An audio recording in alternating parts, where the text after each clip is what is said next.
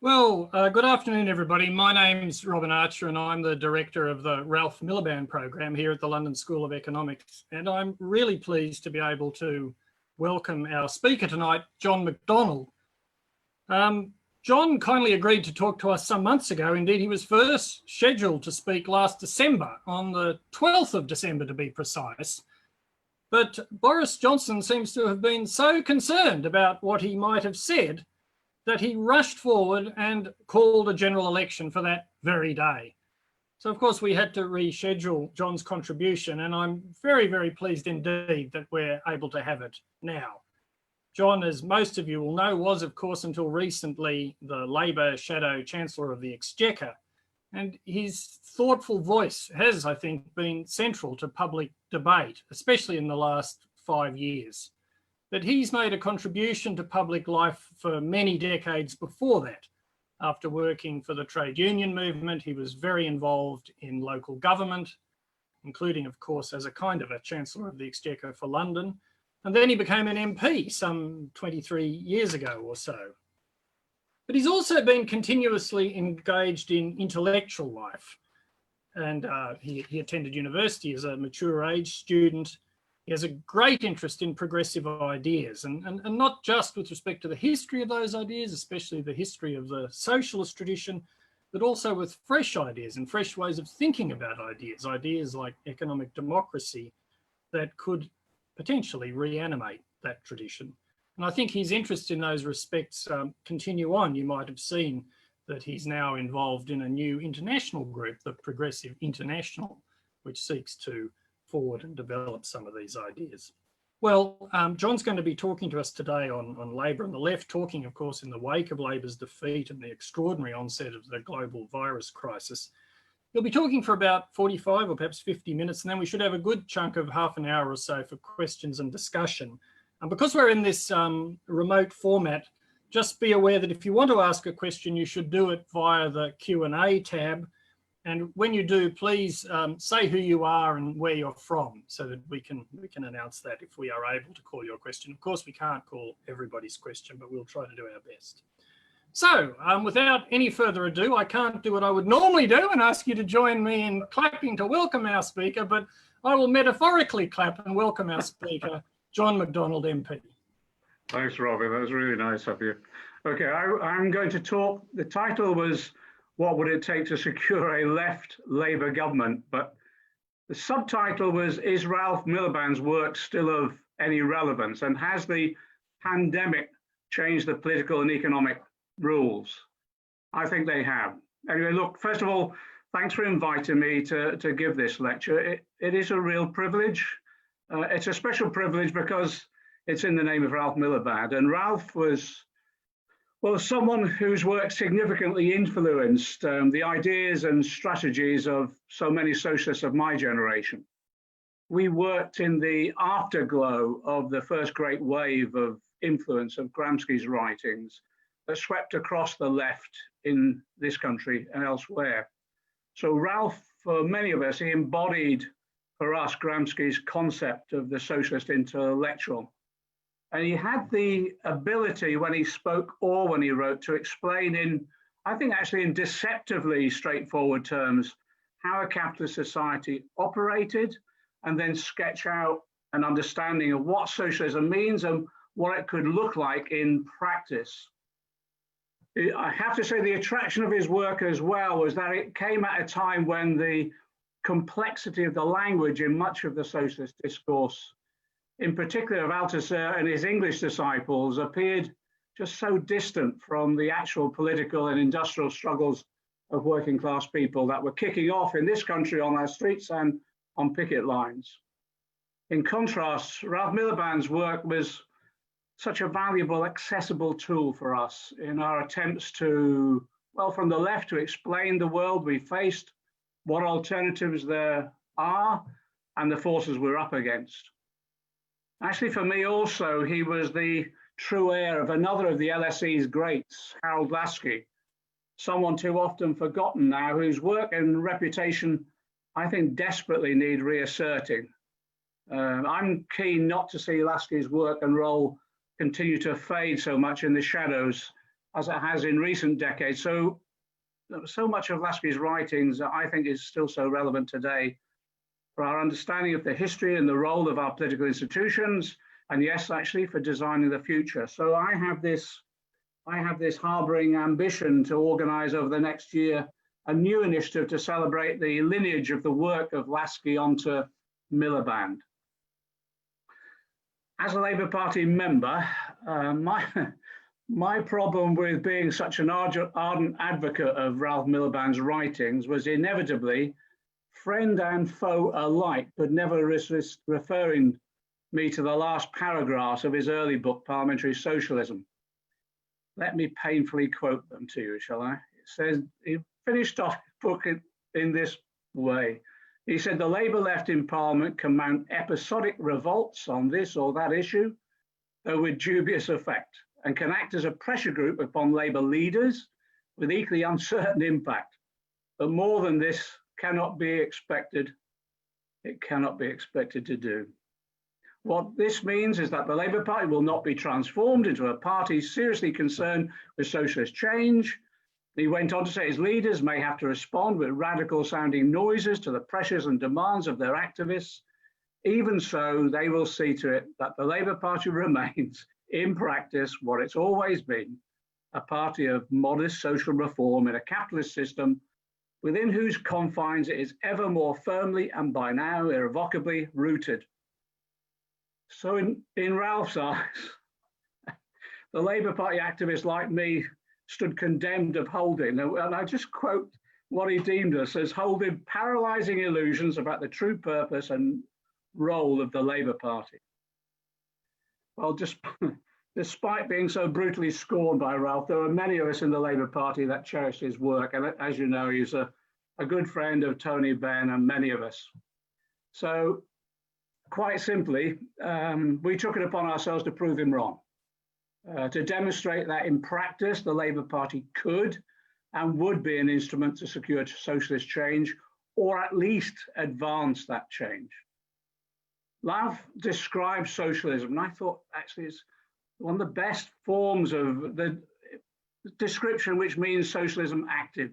He described it as a new social order whose realization is a process stretching over generations and which may never be fully achieved, but socialism involves a permanent striving to advance the goals that define it.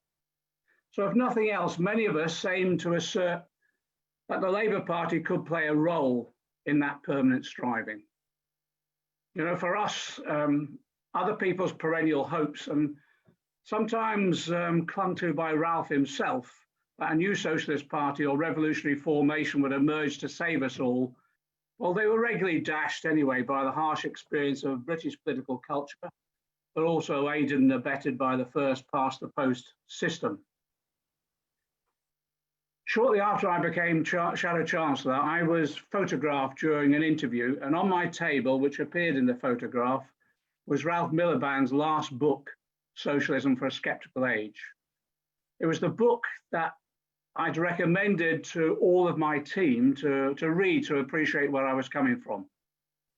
And of course, for the establishment media pack, this is further evidence that I was a Marxist, committed to the overthrow of civilization and all that British people held dear. Year after year, actually, on what were supposed to be serious political programs, when the producer had run out of serious questions, and in attempts to get a bit of a headline, the interviewer would be prompted to quiz me on whether I was a Marxist. And I tried mostly patiently, I always explained that I was a socialist, drawing upon a long tradition of writers and theorists from Robert Owen to Marx, to William Morris, to R.H. Tawney, and to Benn. And occasionally, I threw in the name of Miliband.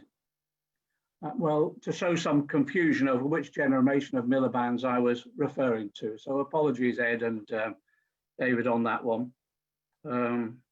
Just as an aside, on the one incident I treasure the most in this long campaign of character assassination against us was when the Mail accused me of being a KGB agent. bizarrely traveling to Guildford to receive my orders from my KGB controller.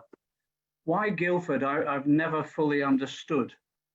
But for a few public meetings after that, so as not to disappoint the readers of the Mail, I opened my speeches in Russian with "Здравствуйте, товарищи." Maybe an act of provocation. Anyway, let me turn to Ralph's last book, Socialism for a Sceptical Age, because it did have considerable influence on me and subsequent events. Ralph completed it in his last year. It's a moving story that his wife Marion and sons David and Ed worked hard to get the draft to the publishers so that Ralph saw the proofs in the weeks before he died in hospital. In the foreword to the book, Marion, David and Ed wrote that the book was, and I quote, an argument for fundamental social and economic change, stretching well beyond one lifetime. I think that was written with typical Miliband modesty. And they went on to say, if it succeeds in stimulating further debate about the nature of change and how to achieve it, it will serve the twin purposes of political and scholarly engagement for which it was intended. As I say, that's typical Miliband modesty because it did so much more than present an argument for socialism or for further debate. For me, it was more of a handbook for radical change, and it did inform much of the political program and strategy leading up to the publication of the Labour Party manifesto that took us within a political inch of Labour forming a government in 2017. That wave of support for the Labour Party under Jeremy Corbyn's leadership broke on the rocks of the 2019 general election. And as we've seen from the recent report published today in tomorrow's papers, there are a number of analyses like that and speculations why that loss occurred, and which obviously need to be addressed to inform Labour's future strategy, and I'm sure they will. But I contend that in the light of the dramatically changed economic and political circumstances created by the coronavirus pandemic, Ralph Miliband's ideas provide the intellectual impetus and, yes, a sense of direction for the next wave of a Labour surge that could take the party into government.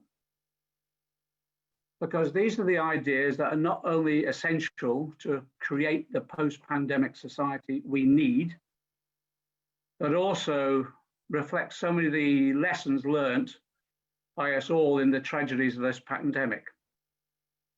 I think they're also especially relevant as we must now immediately move on to confront the fundamental crisis of the existential threat of climate change.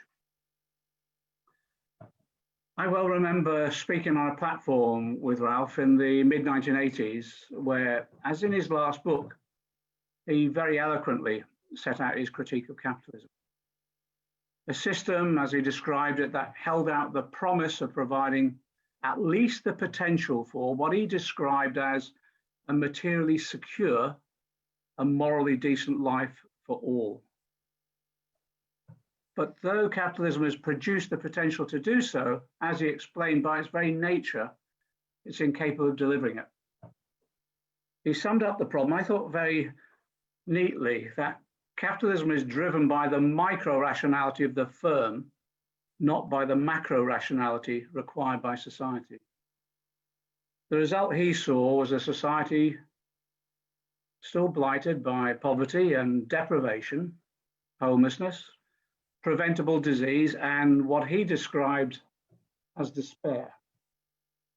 The origins of much of this distress was the exploitation and insecurity of wage earners, never safe from unemployment, resulting in low wages and the inevitable inequalities in the distribution of wealth and power and opportunities within our society.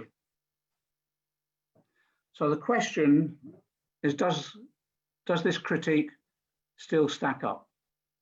And more importantly, is it still of any political relevance? Well, in hard facts, after 10 years of austerity, following the banking crisis in 2007, 2008, it doesn't just stack up, it cries out. If Ralph was with us now, he'd be expressing once more, I believe, his heartfelt anger that in the 21st century, there are over 4 million of our children living in poverty in the UK. The expectation before the pandemic was this will be over 5 million children by 2022. You just add to that, 125,000 of our children are being brought up homeless in temporary accommodation. And last year, we discovered some of them living in families that are living in shipping containers.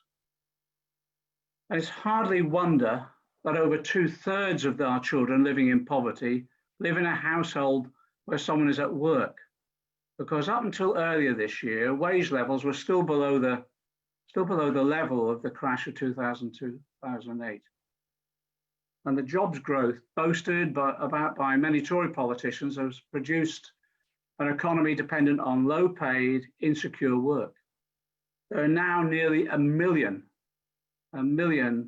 of our people on zero-hour contracts, 4 million workers who are in insecure work.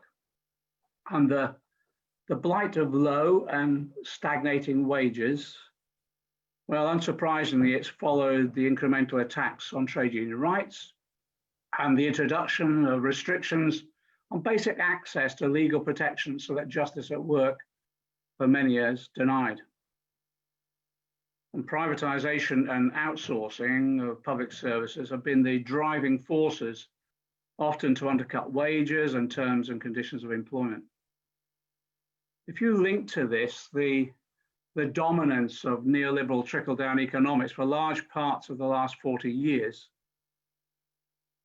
which have dictated, well, tax cuts to the rich and corporations, and we've seen the perfect storm of inequality.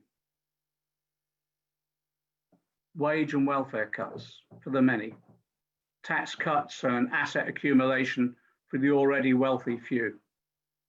The production of a society containing grotesque levels of inequality, differences in life expectancy in districts less than a few miles apart, differences of up to 20 years.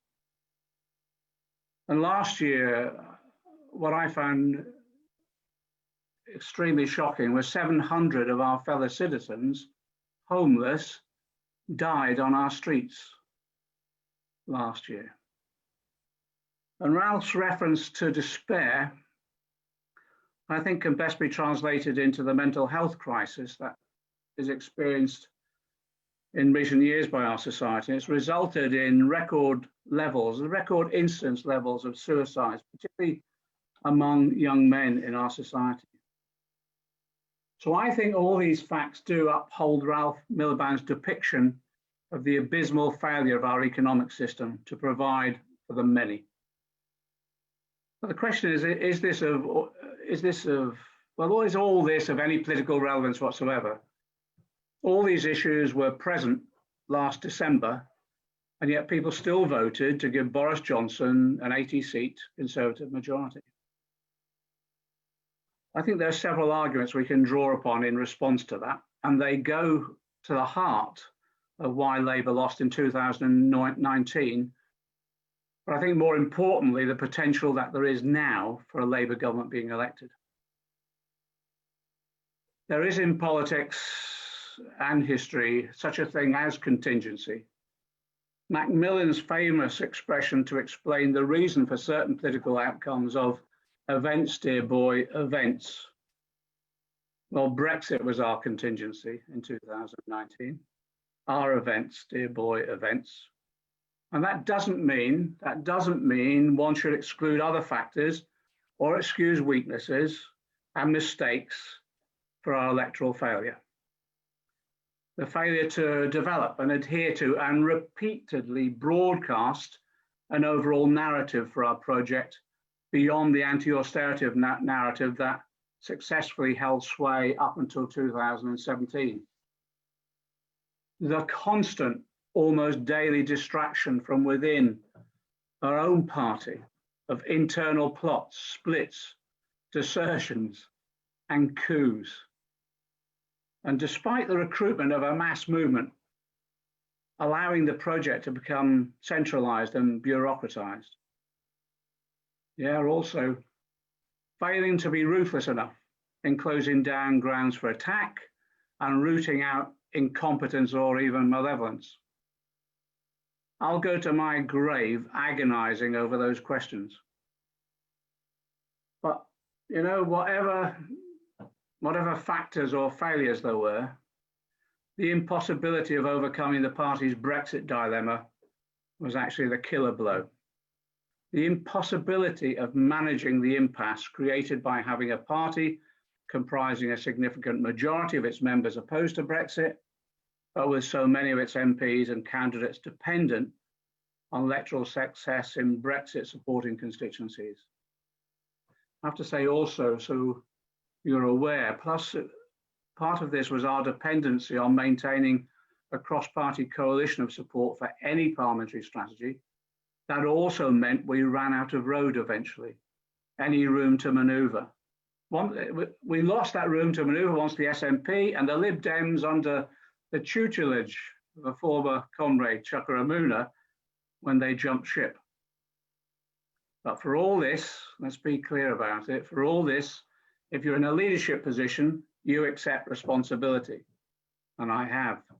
You take it on the chin, but also you move on to the next fight. And the next fight will almost certainly be fought on a dramatically different terrain. The pandemic has the potential to transform the political agenda. There is no inevitability that the experience of the pandemic will automatically benefit the left, as some have assumed. Indeed, far from it. If the predicted recession hits as hard as some predict, as the furlough scheme and the other support schemes are withdrawn and unemployment rises, well, we could have the perfect breeding ground for right-wing demagogues. I don't say this lightly, but last weekend we witnessed just how a series of tweets from Boris Johnson could call up and mobilize the far right in this country. And I warn you, do not underestimate the ruthlessness and the recklessness of the operation of the Johnson-Cummings regime. No risk to the well-being of our people will be too great to them to hold on to power. But there are early signs of an alternative scenario emerging, and it's one which I believe imbues Ralph Miliband's work with such relevance. I've been involved in a listening project of recent months, facilitated by the political author Christine Berry. It's a series of discussions bringing together people from different walks of life to discuss the impact of the pandemic, particularly on people's values, their view of the world. And also, I've naturally been talking and observing constituents. I've been talking to constituents and observing what's happening within my own constituency. I've listened to the commentary on the social media, the mainstream media, and the huge number of Zoom meetings and events. It shouldn't be exaggerated, but neither should it be underestimated how an experience like the pandemic can exert, how much an experience like this can exert on people's attitudes. It can, and I believe it has to a certain extent, provoked a reassessment. Excuse me, for some, quite a profound reassessment of what we value in our lives and in our community. The economic impact of the pandemic is already influencing people's expectations for the future. Views on the organization of our society, the operation of the economy, expectations of the role of government. I think they're all being, at the moment, tentatively being reshaped. Excuse me. And I think a societal shock like this does prompt people to consider what matters to them. And the enforced lockdown actually has provided, for many, the time and opportunity to do this. What appears to be coming through is, of course, a natural a natural increase in feelings of vulnerability and insecurity. Faced with the risk of threat to jobs and high levels of unemployment, and for some their first experience of the low levels of social security support, it's understandable that there's a search for greater security.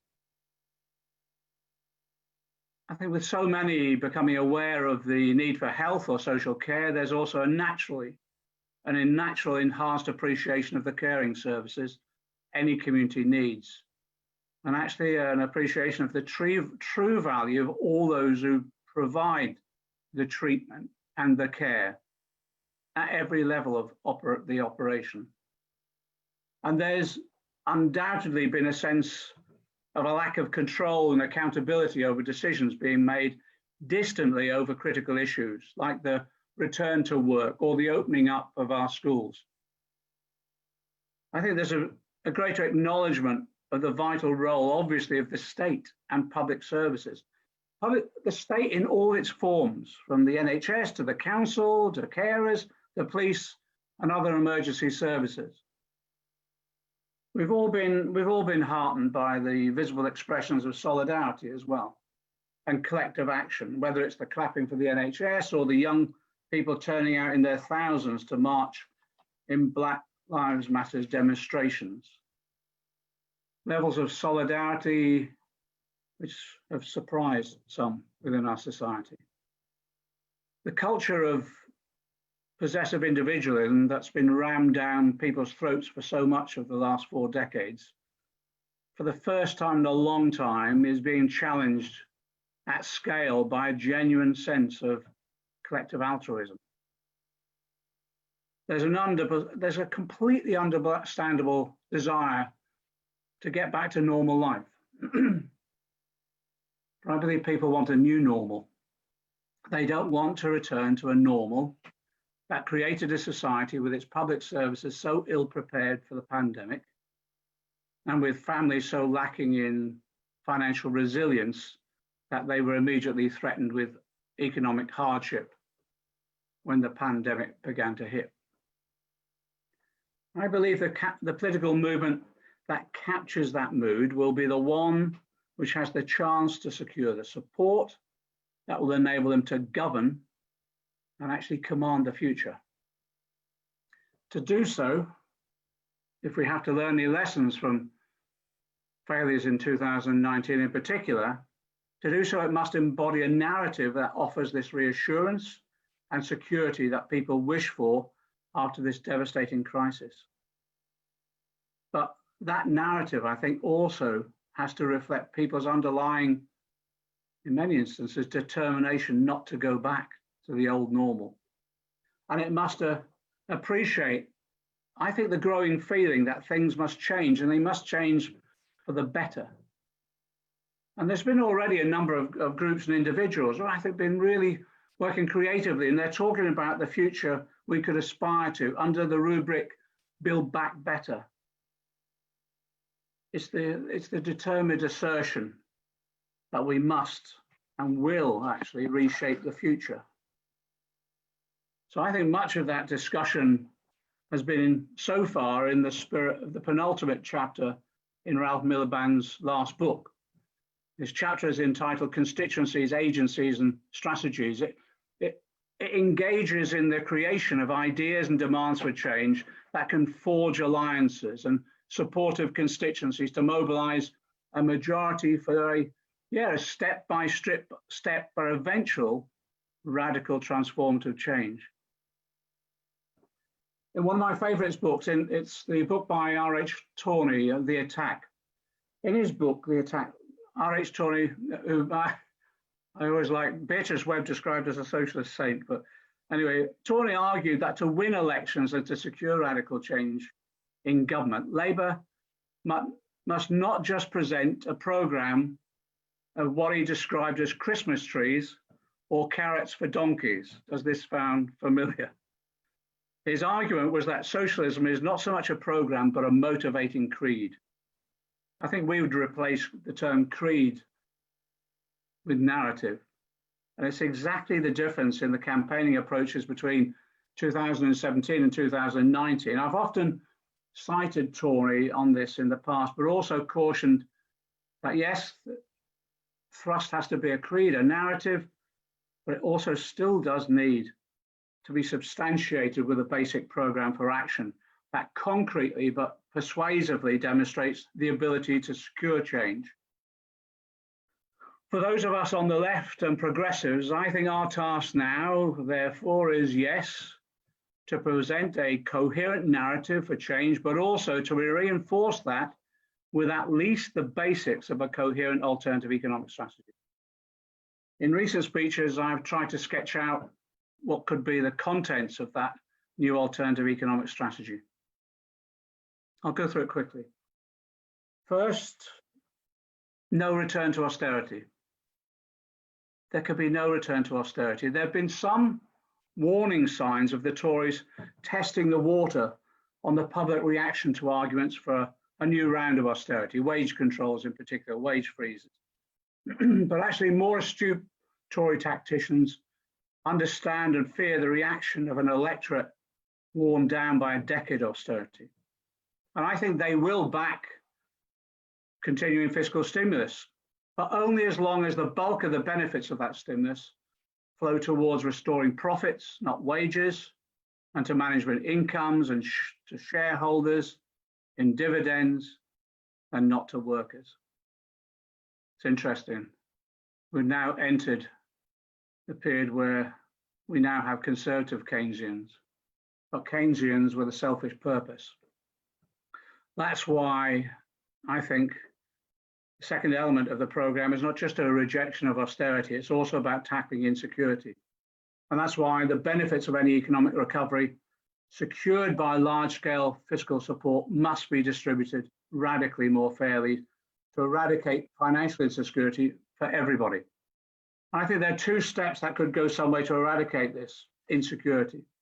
And a number of us have been arguing in the recent period about how they could be implemented. The first is the introduction of a minimum earnings guarantee set at a level that will allow for a decent standard of living, whether in work or for those unable to work. There are a number who have been campaigning for a universal basic income, and I support. But we have to admit that that argument has yet to be won, but maybe the first step in treading down that path would be the introduction of a minimum earnings guarantee that I think would set a standard to lift people out of poverty or own, but give them security. But the second step in tackling the insecurity at work, the insecurity that many now feel, and particularly as we've seen when people have been forced back to work, often where they're concerned about the impact it would have on their health, but also where we've seen some, I think, abuses of the furloughing scheme as well. And the way to overcome that insecurity is the installation of trade union rights that can end exploitation and give workers a real say in their workplace. I don't think seeking a voice and basic security at work isn't an awful lot to ask for. I think what I've experienced in my constituency, well, the unscrupulous behaviour of companies like British Airways and P&O Ferries, I fear are likely to be followed by others as government support is reduced. They starkly exemplify the need for basic trade union rights, as some companies use this crisis as an excuse to undermine workers' wages and conditions, not just temporarily to deal with the crisis, but permanently. The third element, I think, is fair taxation. The crisis has demonstrated that when needed, governments can find the resources. It's confirmed what we've been saying for over a decade, that austerity was always a political choice, not an economic necessity. In moving towards a sort of rebalancing of the economy after witnessing how the rich and corporations benefited from the last economic crash, I doubt if the bulk of people will tolerate either austerity or tax increases. That's why the demand for a fair taxation must be central, I think, to any recovery agenda. And alongside measures to crack down on tax evasion and tax avoidance, fair taxes would mean not just increasing taxation on the highest earners, the top 5%, but also fairly taxing wealth, for example, treating capital gains the same as income and scrapping some of the spurious tax reliefs, like the entrepreneur's allowance, identified now by a whole range of economists as well as think tanks, as something that has to go. The fourth is about element of a program I suggested is about universal basic services. I think the pandemic has reminded people that we depend on many basic services that are so important to the quality of our lives. They should not be treated like commodities to be bought and sold, but they should be provided universally. Never again will governments get away with underfunding the NHS. And now there's the call for the establishment of a national care service, which has become self-evident as a result of the experience of the pandemic. Even this Tory government has actually been forced to effectively nationalise our railways and fund our bus routes through taxation just to survive. So the question that's being asked is, why only in terms of crisis? Bringing them both into an integrated service could be the first step in public transport becoming a universal service, eventually provided free to all as part of the drive to tackle climate change and secure sustainability. And you'll have to forgive me, but I can't resist mentioning the provision of full fibre broadband. Some may remember it was described as full fibre Marxism when I launched the idea of internet connectivity as a universal basic service last November. I think many people now appreciate that in the 21st century, connectivity has become essential to our way of life. So public ownership of these basic universal services ensures that people have access to key services, and that the more services that are no longer treated as commodities, the greater the opportunity is for overcoming the grotesque levels of inequality within our society.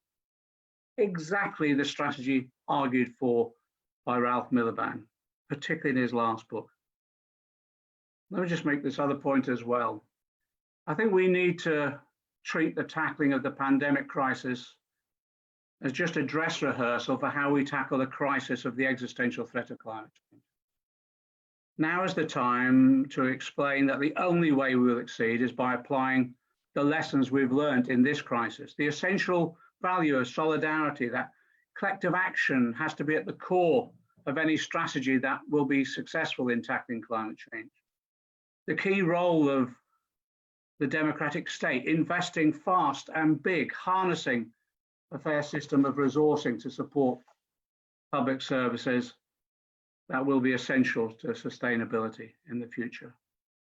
I think there's no shortage of ideas or creativity on what we need to do to prevent the looming climate catastrophe. Indeed, another Miliband, Ed Miliband, is at the forefront, I think, brilliantly articulating these ideas in the Green New Deal and the Green Industrial Revolution. So I think the pandemic is creating a new climate of opinion, along with the threat of a climate crisis, has the potential to create a new political agenda. Whether it's exploited by the right to bolster some form of crisis capitalism, or whether those of us on the left can channel a movement for progressive change, the creation of a people's agenda to reshape our future, well, all that is in our hands. I choose, and I hope that you will choose, to be amongst those that Ralph Miliband described in the last sentences of his last work. He wrote this: "In all our countries, there are people in numbers large or small who are moved by the vision of a new social order in which democracy, egalitarianism, and cooperation, the essential values of socialism, would be the prevailing principles of social organization. It's in the growth of their numbers and in the success of their struggles that lies the best hope for humankind." Agreed. Thank you very much, and solidarity. Well, thank you very much indeed. I'll have to verbalize the clapping that we would normally have at this point, but there's a huge audience, and I dare say the claps can be heard in a number of different countries in a number of different time zones. What we would normally do now, and what we are going to do, is to proceed to questions.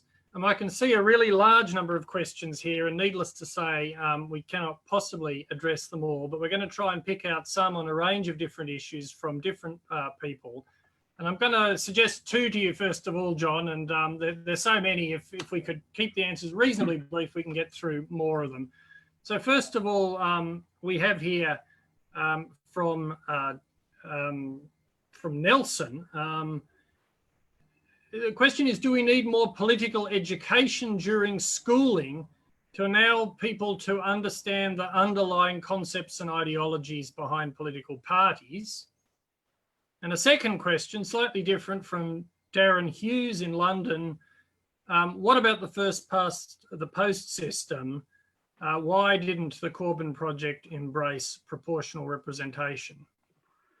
On the second question, on PR, I support proportional representation. I couldn't win the argument, haven't won the argument yet. I think we will eventually. There's proportional systems operation within our political system at the moment, but why didn't we win the argument before? It might well be, and I think this was a mistake. It might well be that it wasn't seen as a particular priority. I spoke on a number of platforms at Labour Party conference and elsewhere, working with members of my team, Johnny Reynolds and people like that. And I think my calculation at the moment in terms of proportional representation, overall support in the party would be about 30 or 40%, so quite close. So one of my arguments is can we insert PR again into another level of our policy steps? So for example, we have a policy which is overwhelmingly supported that will abolish the House of Lords. I'm now convinced that you do need a second chamber, but why don't we have that as a second chamber based on proportional representation? And that would enable us also to have an amending chamber that could, for example, have much better representation from regions and the nations of the UK. So I think tactically, our next step is to argue for something like that. On that basis, then people then get reassured about the operation of proportional representation, and eventually they'll be able to leap into that for the election of the Commons and the government. Now, I work on that on the basis of it as a tactic, as part of a strategy. A few people have had a pop at me over that, saying, why are you stepping backwards? I'm not. I just think we need to move it forward step by step in that way. And I think we could win on that one fairly easily. But I agree with you. I just think the PR system that we want to develop, my view is a PR system that has a linkage to constituencies is the best form, that's readily available to us, and we should get on with it. Let's have that debate. It may well be with a new leadership. I'm not sure what Keir's view on PR is, but with a new leadership, let's open that debate up again. It gives us a fresh pair of legs to do that. In terms of political education, I agree. I tell you, and it needs to be, maybe you don't even call it politics, look at what's happened on Black Lives Matter. One of the main demands of this fantastic movement that's emerged is what sort of history are we teaching at the moment? And it is a challenge to the teaching of history in our schools and colleges, etc., from people who've been denied a voice, but also often written out of history. So I think there's a real opening up now to have a debate about what future curriculums would look like. I'd like to see much more political debate, discussion taking place. Some of it does in a number of my local schools, it does, and I visit quite a bit. But yeah, you're right, it needs more. Can I just say also, we need more social movements that are involved in political history as well. One of the groups that I'm involved in is the World Transformed. They effectively operate within the Labour Party and beyond, and they introduce elements of political education in a way which is amazingly creative. And I think it's one of the biggest and freshest initiative that we've done on political education for a long time. The Labour Party almost gave up on political education for a long period. I couldn't understand why. And the others have got conspiracy theories around that. I think again, people didn't realise just what an important, significant role it is. And it's not just about training of cadres into how to get the vote out, it's how to convince people about the nature of the change that you want to bring about. Okay, thanks very much. So another two questions here. The first is from Nihar in Oxford, and it's to ask you, do you feel the government's schemes to protect the economy and jobs from COVID have been sufficient? And if not, what should they be doing? That's the first one. And then from Sasha, an A-level student in London, what do you think about the change in the leader to the Labor Party? Keir Starmer has shown himself to be a powerful leader during the pandemic, and there was a deal of dispute about Jeremy Corbyn in the party before. Okay, in terms of the government support schemes, before I left as Shadow Chancellor, we submitted a series of papers to the government about the way forward. So, for example, the furlough scheme is what we put forward, but it wasn't a furlough scheme where you cut people's wages by 20%. It was 100% support, but with 80% from the government, 20% from the companies themselves. We also argued that where there was any support being provided by the government, it should be there should be an element of conditionality. So, for example, I used the example of British Airways, who are taking money from the government on furloughing, and what are they doing? They're sacking 12,000 workers and making 12,000 redundant, and then laying off the rest of their workforce, dismissing them, and then trying to re-employ them on lower wages and worse conditions. Then our concern was that, well, unless you introduce some element of conditionality, what will happen is the companies will take the money and run, and at the end of the day will not protect their overall operation or the workers themselves. In addition to that, I have to say we were pointing out, Annalise Dodds, my successor as Shadow Chancellor, has done an excellent job as well. We've pointed out then, and have consistently done, huge gaps that there were in the scheme, particularly around self-employed, and particularly about those working in the gig economy, Limb B workers, as they were identified. When we raised this in Parliament, Rishi Sunak, I don't think he even understood what they were. That's how bad it was at the beginning. So there's a whole series of gaps, I think. The issue as well is, if we said to the government too, is if you're putting in large amounts of money to support these companies, there will come a time where you're going to ask these companies, what do you get back in return? So we were arguing that you should, if necessary, take equity stakes in those companies so that the taxpayers who invested their money in saving these companies should get a stable, longer return for that. I actually think now the fear I've got is that under pressure from the Treasury itself and elsewhere, but also because of the nature of their politics, they'll start withdrawing the furlough scheme too soon. And we'll see companies now moving to make people redundant rather than can keep them in work. And that's my biggest fear. And as I say, there are some companies, I cite British Airways and P&O Ferries as just two examples, who are using this crisis not, as I say, to temporarily deal with problems, but to develop and implement their long-term strategy of cutting wages and undermining working conditions. So I think that we need government now, if necessary, to intervene. And I just give the example of British Airways, because we've been raising it in Parliament, where they're behaving in this way, which is taking money from the UK government, sacking UK workers, but at the same time, through their corporate group, the IAG, buying up other airlines as part of this sort of Darwinian law of the jungle, who will survive the longest. Well, there's other ways that you can influence this company. So, for example, denying them the slots that they have that dominate Heathrow for the long term. So again, government needs to be more interventionist, more supportive, and actually the role of the state enabling ownership to take place is important. The other issue, this is the ideal time now to ensure that people have proper trade union rights at work, and alongside those trade union rights, representation on the boards of those companies where they work. So there's a democratic discussion and debate, and the long-term interests of those individual firms, and also therefore, as a result of that, the benefit of the community overall. In terms of Keir and his performance, Keir's a friend. We've worked together over the years. You've seen what he can do at Prime Minister's questions. He takes Johnson apart. They always use the word forensic about Keir. Well, there has been forensic, actually. And yesterday in Prime Minister's questions, Johnson did his usual bluster. And I think has become, I don't want to be too political, but he has become an embarrassment of a Prime Minister. I don't think we've seen anything so poor as this in terms of just being on top of the job. And it isn't just that he hasn't got an eye for detail. He doesn't seem to understand an overall strategic approach as well. So Keir, I think, is taking him apart on that basis. What we've got to do now is, as a movement as a whole, is be out there making sure we're campaigning to expose what the Tories have done, but then also developing our narrative and our also alternative political program that demonstrates that we can go into government tackle the problems that people are facing. And I'm confident we can do that. I think the teams that have been put in place, I think that actually if you look in every field, I mentioned Ed Miliband. Ed Miliband was the first person in government in this country that raised the issue of climate change.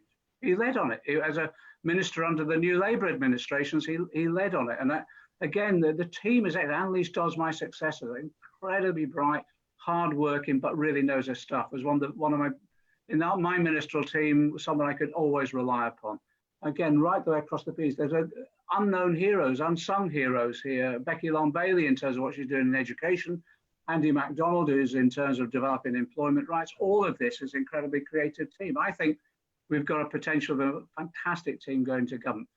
We'll see what happens with regard to Keir and the media. There hasn't been a Labour leader that they haven't, the establishment media haven't tried to savage. Hopefully we've learned some lessons from the last 5 years, but again, part of that is how can you operate professionally to resolve that? Don't lead with your chin, that sort of stuff. But also, it is about making sure that the one advantage that we've got, the Tories will never have, is a mass movement. We've got to make sure we maintain this 500,000 members we've got, and we've got to grow it as well. And I think Keir's aware of that. Thank you. So 2 more questions now. The first is from Scott, an alumnus from the University of Lincoln. And he asks, it rather follows on from what you were just saying, how do we reinvent the media to enable a more independent message to get to a wider population? And the second question comes from Jim Aleo Arnabat, an LSE alumnus, who asks, should the left in the UK compromise their ideals to sustain a government? I.e., should they pursue a proper socialist government, or accept that we live in a right-wing country and have to settle for something less? Okay, look, let's be clear. The media, let's, almost feel like saying, don't get me going. Look, the issue on the media is the bulk of the mainstream media, in terms of the written press, the press, are owned by political opponents. Full stop. That, you just have to accept that. That's the reality. The Guardian is sort of liberal, supportive can be. Wasn't supportive of myself and Jeremy Corbyn. Occasionally we'd get the occasional article, but the bulk of if you look at we did analysis, if you look at the bulk of their comment pages, usually in opposition, but that's the reality. It is because I link the establishment I think the Guardian to a certain extent to a bit of an element of the establishment too. So that's the reality. You just have to deal with it. You try to ensure, first of all, you have to be realistic. You have to be professional in relationship to the mainstream media. So in relation to the press, try and ensure that, first of all, that you know hostages to fortune. That's tough. Make sure you rebut fast as many as the distortions that are put out and the stories that are put out. And literally every hour for 5 years nearly, we were in terms of having to rebut stories that were pure inventions. I do the thing about, the joke about the KGB, but, that went round the world. It was extraordinary, really. So you just rebut all your postulations. So yes, you have to be professional with the mainstream media. The problem that we've got is, with the mainstream media in terms of broadcast, again, the strategy, do as much live as you possibly can. Because at least live, you might be able to get your message across without it being edited. Only later will they edit it, and you've got a real risk of distortion. So we try to use live media as much as we possibly can. And half of my life was spent getting up at 5:30 in the morning and doing news rounds, 9 or 10 different stations, and then doing regional media as well on the radio, and appearing on Peston and Mar and Ridge. People must have got bored stiffly after a bit, to be honest, but that live broadcast is key on all that. And the reason for that actually is the broadcast media, particularly the BBC now, because of the cuts in the staff that they've had, often what they'll naturally do is they'll take a story from what's happening within the press. And that's completely understandable, because the cuts that have taken place, particularly amongst the news journalists and researchers, etc., has meant that it's difficult for them to investigate independent stories themselves. So that's how you deal with that. The second thing is, you've got to use social media. We never had it before. And up until, I think, in Jeremy's leadership election, and into 2017, we were well ahead of the game. We were well ahead of the game because we had a group of young people around us who just knew their score, and they were brilliant, creative, etc. And they drew in almost from all different aspects of a cultural campaign that was waged. We lost the edge in 2019 for a number of reasons, partly because I think we were dogged down by just trying to survive day by day of what was going on, particularly with regard to internal attacks from the party, within the party, but also because the Conservatives have sold what we did in 2017 with social media, and they piled money into social media. Look at the spend. And I thought what was interesting in the post-match analysis after the election, I don't know whether you saw it, that piece of research that said that how much they spent, but also how 80% of everything they put out was totally inaccurate. But it didn't matter. They flooded Facebook and all the rest. Final point is we've got to be sharper on social media. We can do that, be more creative, and that's what's happening now. But the other element of it is recognize actually what, as I say, what we've got that they haven't got by way of communication, which is a mass movement. Every one of those individual Labour Party members should be an advocate for the policies we want to do, for the analysis of our society and how we can bring about change. And that's what the Tories have never had. So the mobilization of a mass movement like that, I think, is absolutely key. The Labour Party's got to become what we always aspire to, which is a huge social movement.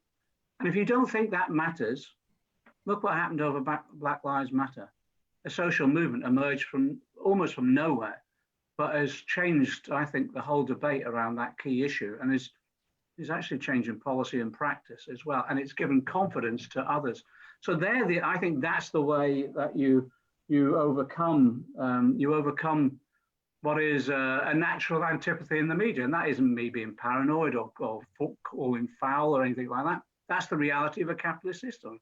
Those who have the wealth own the media. And the last thing they want is the election of a Labour government that is going to take just a little bit of their wealth away from them and their power away from them and give it to people. Anyway, it's all, I have to say, sometimes in politics you look at as a political artisan and you think, there's a good piece of work done that in terms of the social media is a good piece of work that we did.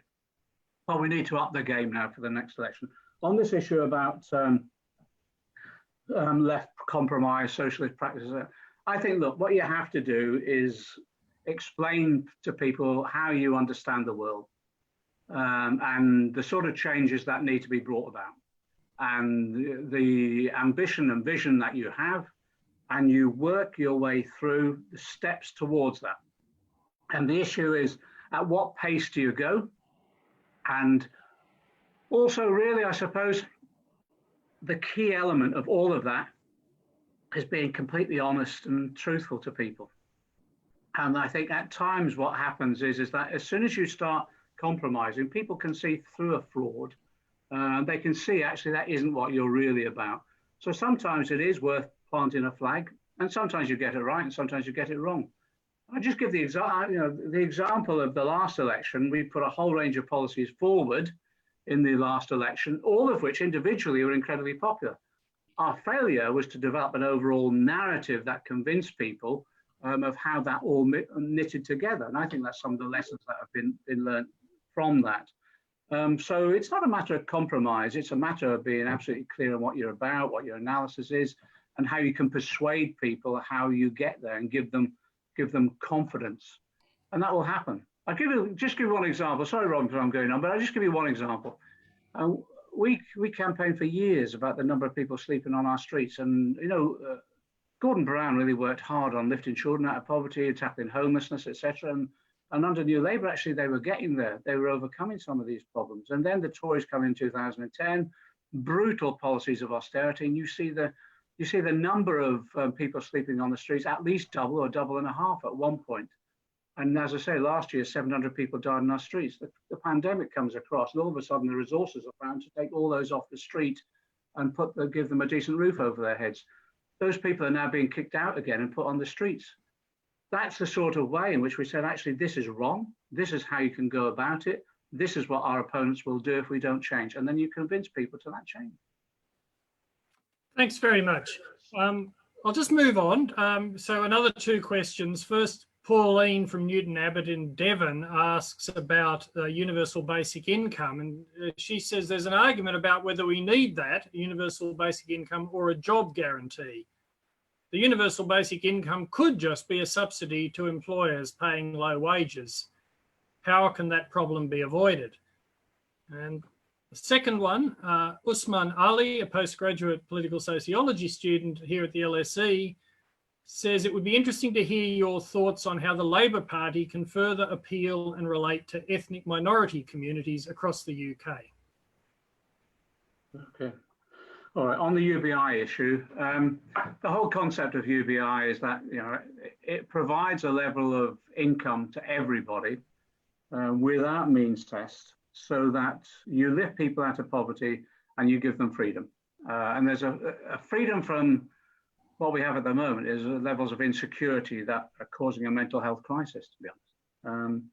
I think it's one route, and that's why in the last Labour manifesto, working with Guy Standing, who's the sort of global expert on all of this, we decided what we'd do is look at a couple of pilots here operated. And I wasn't sure whether anyone would be interested in running a pilot, but we had a number of cities like Liverpool and Sheffield and elsewhere.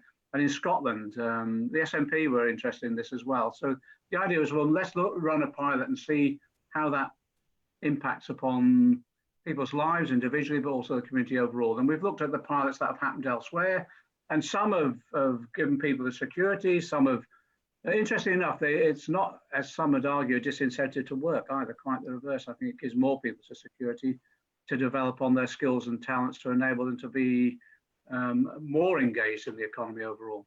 So that it's one route, but there are other routes, and that's why minimum earnings guarantee is one element, but also having a jobs guarantee is something that is being discussed at the moment. So a combination of guarantee everyone a job, but also at a level of income and earnings that will ensure that they can have a decent quality of life is I think one route through all of this too. The other, I suppose, the other issue then that comes up is this argument always that's been put forward about well, it will go to the rich as well. We had this argument. Some people will remember, if they're old enough like me, about when we introduced the campaign for child benefit. Well, that's true, it will, but they're all members of society, so they all deserve, they all pay their taxes. And actually, the wider the number of the people that get the benefit, all strata within our society, the greater the level of protection there is and the security of that benefit for the long term. I also remind people as well that on means tested benefits as well, I think the last calculation was that they're 12 times more costly to administer than one that is universal. So what we'll see in this coming period is the debate around all those different options: job guarantee, minimum earnings guarantee, and UBI. As I say, I favour UBI because it's so simple and get it out there. But let's see. I wanted to see where those pilots operate. So in the Labour Party debate, we'll see how that goes. As I say, certainly, as I say, Johnny Reynolds from my old team in the Treasury team, he's now Secretary of State for Department of Welfare Benefits, and he's a UBI advocate in the past. On this issue about the ethnic minority community, the BAME community, and the Labour Party, the issue, I think, for the Labour Party, whatever community is to be relevant and accessible and participatory. And in many areas of our communities now, if you look at the Labour Party, look in terms of what they looked like a number of years ago, the Labour Party is increasingly, because we've got a mass membership, really rooted within our communities. And that's feeding through in representation as well. And if you look at representation at every level, whether it's councillors or whether it's in Parliament itself, I think the progress has been pretty good. And the young MPs that came in 2019, we're celebrating Diane Abbott's 33rd year in Parliament, and what a struggle that was to get black representation in at that stage. But now we've got people like Belle and Nadia and Zara and the whole range of individual MPs that have come in, the next generation, and they're terrific. And they don't put up with anything either. And they're challenging issues around how the BAME community is treated and the disrespect that there is for BAME community views on a number of issues. So I think it's moving on dramatically. And the only way that will ensure that the party represents any group within society is to make sure the party contains that group, contains representatives from those different communities. And I think that is happening. It's never always enough, but I think it is moving. And I think I think Keogh and others recognise that all the way through. And you'll see, I think, in this coming period, particularly, there'll be a range of campaigns that will focus on this issue of tackling inequality within our society. And if you look at who's hit by inequality, it is the BAME community in particular. And we've seen that with the tragedies of the deaths with regard to the coronavirus pandemic. And that relates, I think, to the levels of inequality within our society that is endured by the BAME community. And also, the other issue that is coming up, when you go into a recession as it's likely to happen now, and there's high levels of unemployment, you'll see what comes out very, very starkly is the discrimination that there is in the labour market. And we already have it. If you look at the Bangladeshi community, something like levels of 20% unemployment in some Bangladeshi communities. It's horrendous. And they'll be the hardest hit as we go into recession as well. So what we've got to do is make sure that the Labour Party is representing those views that are coming out from those hardest hit communities. Finally, let me just say this is now one of my fears of this coming period. And I mentioned it in my lecture. When you go into recessions like this, it's so easy for the right to seize upon a scapegoat. And I think we will see, and we're beginning to see, the rise of racism from the far right. And I think that's what we've got to guard against that. So that gives another responsibility on the shoulders of every Labour Party member now to make sure that we are engaged with the BAME community. Members of the BAME community are part of our movement, but also we're following their lead in making sure we're defending ourselves, everybody, against what might come from the far right. And we saw some of that the weekend. Thanks very much. So look, I'll press on with two questions. The first comes from Australia. Angela, an actor who also writes on economic issues, asks, is there any interest in the Labour Party in the ideas of Henry George, especially his land value tax? I'm not sure if I should parenthetically comment that this is a 19th century author who had a particular idea about the importance of taxes on the unearned increment of the value of land. That's just me adding that in. The second question is from Mona in Hong Kong, who asks, how far do you think recent events will sway voters, especially swing voters, towards Labor and away from the Conservatives? It's obviously a large question. You've addressed that in part, but if you could just address it in a sort of electoral sense, maybe. Yeah. On the Henry George, we have a Labour land value tax campaign, and the woman who has been one of my advisors in recent years is a woman called Heather Wetzel, who's part of that land value taxation campaign.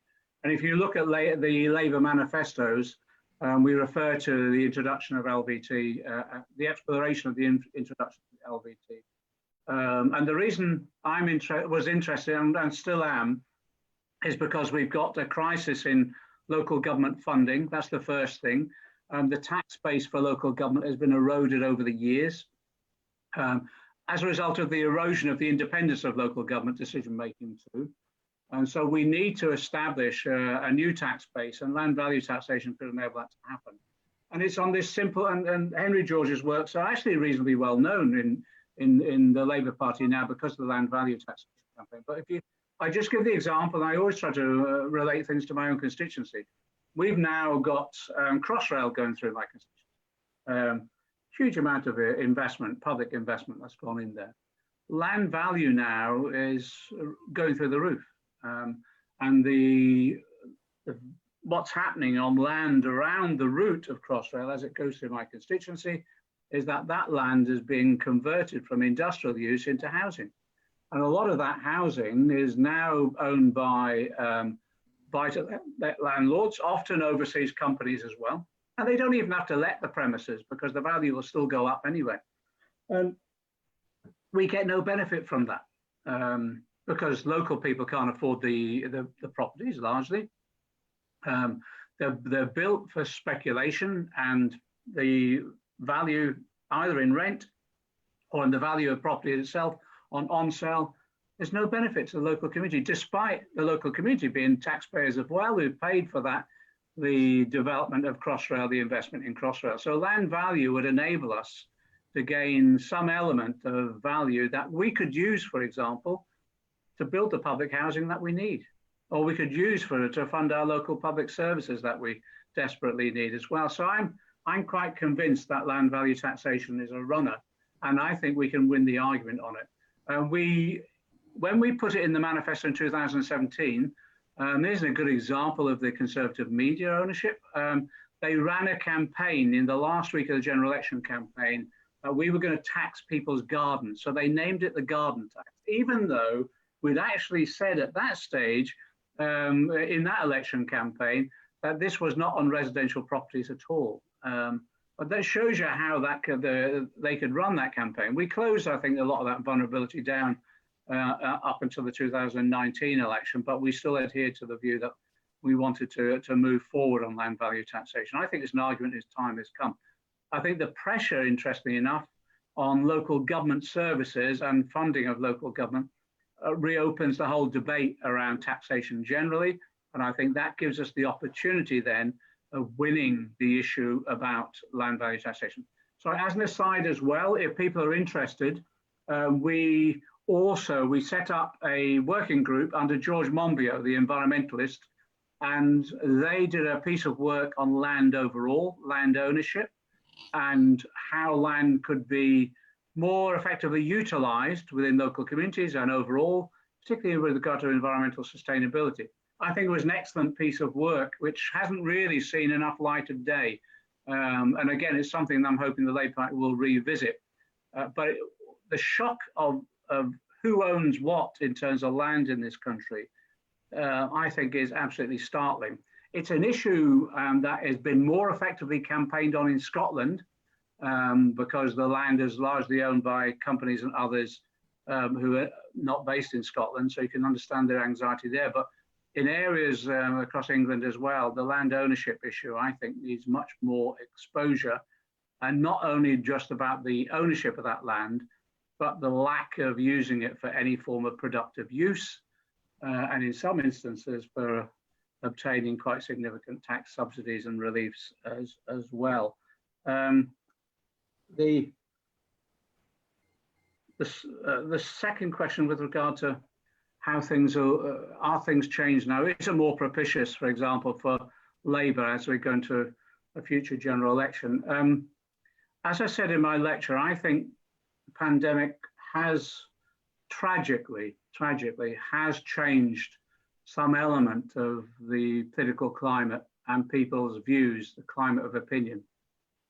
Tragically, as a result of some of the experiences that families have had because of illness and deaths, also because of the loss of jobs and the insecurity that's developed, and also people's understanding of the dependence of ourselves on each other collectively, but also on our public services. The Tories did this phony campaign around big society and this argument we're all in it together. They were using expressions from the Second World War. Well, I think this pandemic has proved that actually we are all in it together, because this pandemic doesn't respect borders or in many ways classes, except we know it hits the poorest hardest. So I think there is a change in the political climate, but there's no automatic right that this, or automatic event or natural succession that this will mean that people vote for Labour or it goes to the left. I think there's just an equal danger it can go to the right. And that's what we saw in the 1980s when the economic boom, post-war boom ended and we went into economic crisis. People turned to the right, not to the left. And we had a decade and a bit of conservative governments that introduced monetarist that then led into neoliberal policies that impacted upon working class communities in a way which I think was absolutely brutal. And I think there's the potential of that now if we're not careful. My view, what we should be doing is making sure that people know we're on their side, that we understand their concerns and insecurities, that we can develop and reshape our society. And here's a number of the ideas and programs that we can do that with. And I actually think also, once we get through this first stage of the pandemic, I have to say, we do need an inquiry about how this government has behaved. And I do think at the end of that inquiry, we may well, but should be demanding a general election, because the incompetence, I think almost the disregard by this government for the community overall, I think they should be held to account. Thanks very much. We've got time, I think, for a couple more questions. Let's see how we go if there's another round. So Daven, a sixth form student from London, says that currently the UK is accumulating large levels of debt as a result of the Conservative attempt to maintain the economy during the COVID pandemic. If Labor were in a position of power, how would it be able to fund its progressive policies? And would this be achievable without massively increasing national debt? So that's question one, the pandemic and the debt problem it may produce. Question two is Charlie Mansell, a visitor to the LSE. He writes that in 2018, the Labor Democracy Review focused on issues such as changing PLP composition and barriers to entry to the leadership election.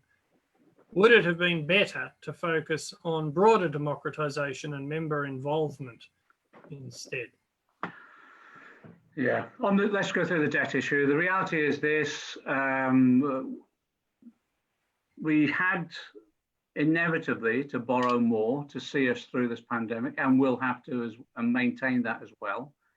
And the way that you overcome issues around debt, you need to, obviously there is a concern about the relationship between the ratio between debt to GDP has been one of the big debating issues in recent years.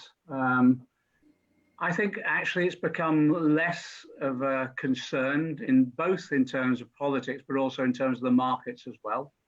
The issue was if you get the debt to GDP ratio out of hand, the market reaction will be so heavy that you'll have difficulty raising funds to cover the cost of that debt.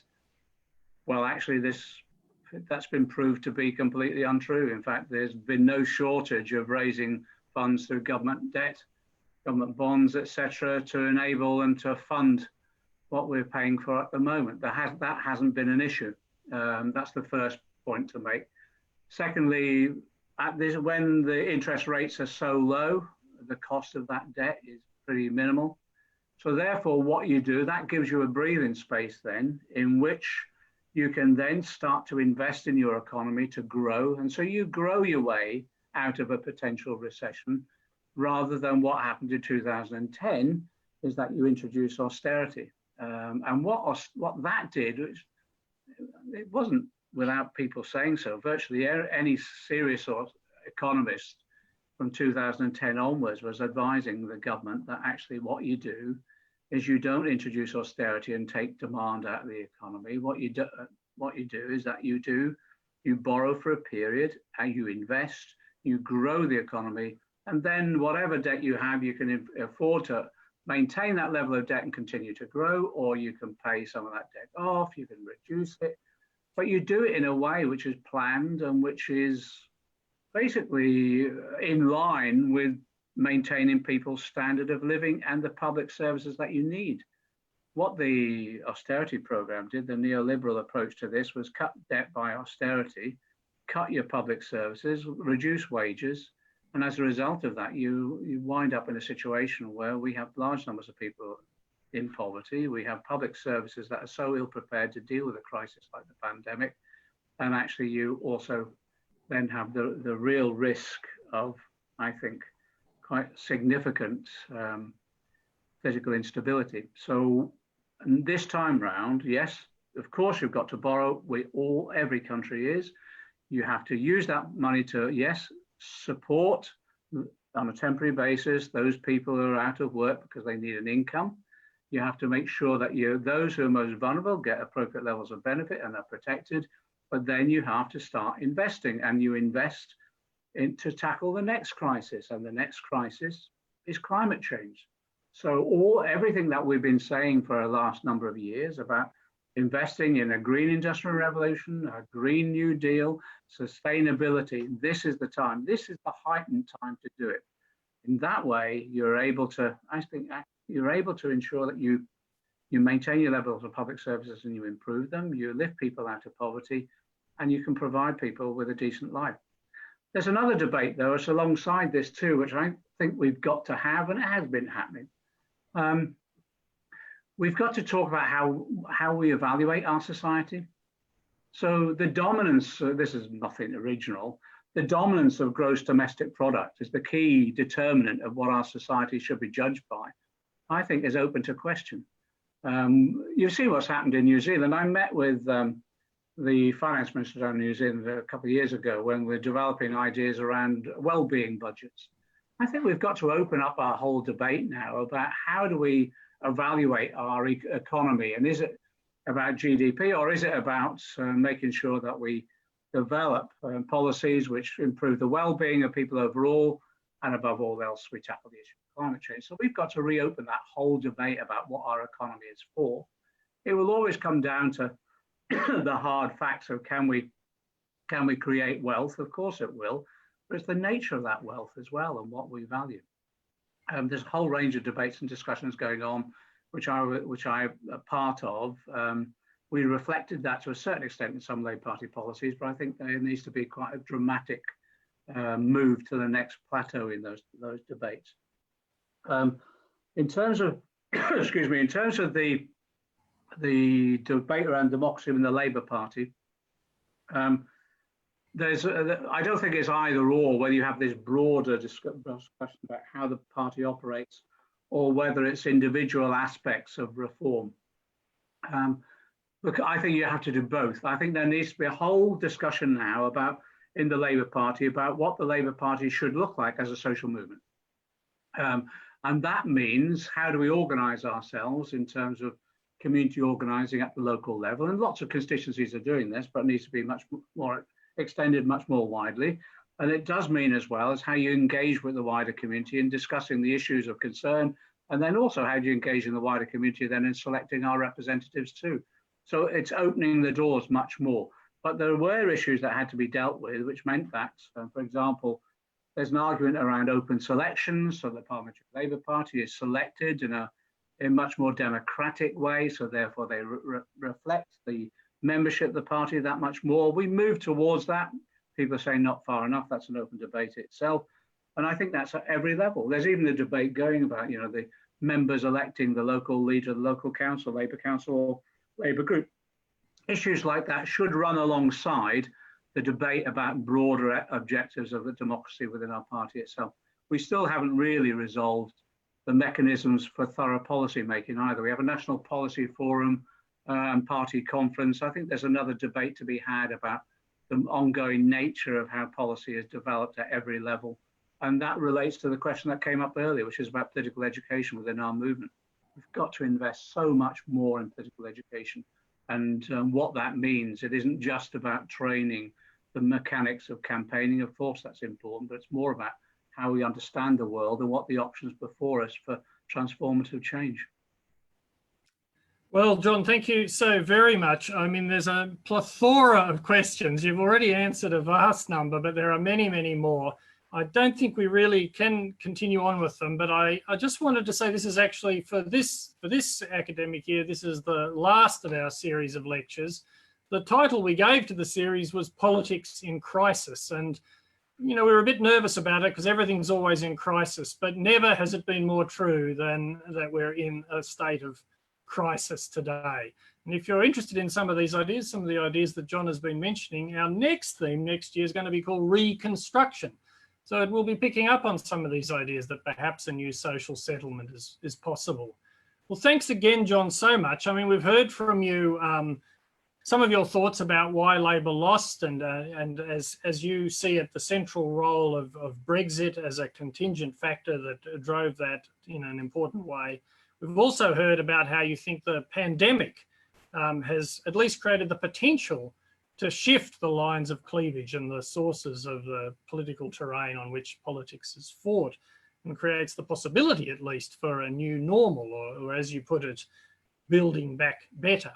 And you went on, I think, to offer some suggestions, especially about economic strategy, as to what would be required in order to build back better. So these are all very live discussions, and we thank you again very much for taking up the time to talk to us today. If everyone was here, they would clap. I will clap on their behalf. But thank you again, and thank you very much to our audience. Pleasure. Thank you very much. It's been really entertaining. Thank you.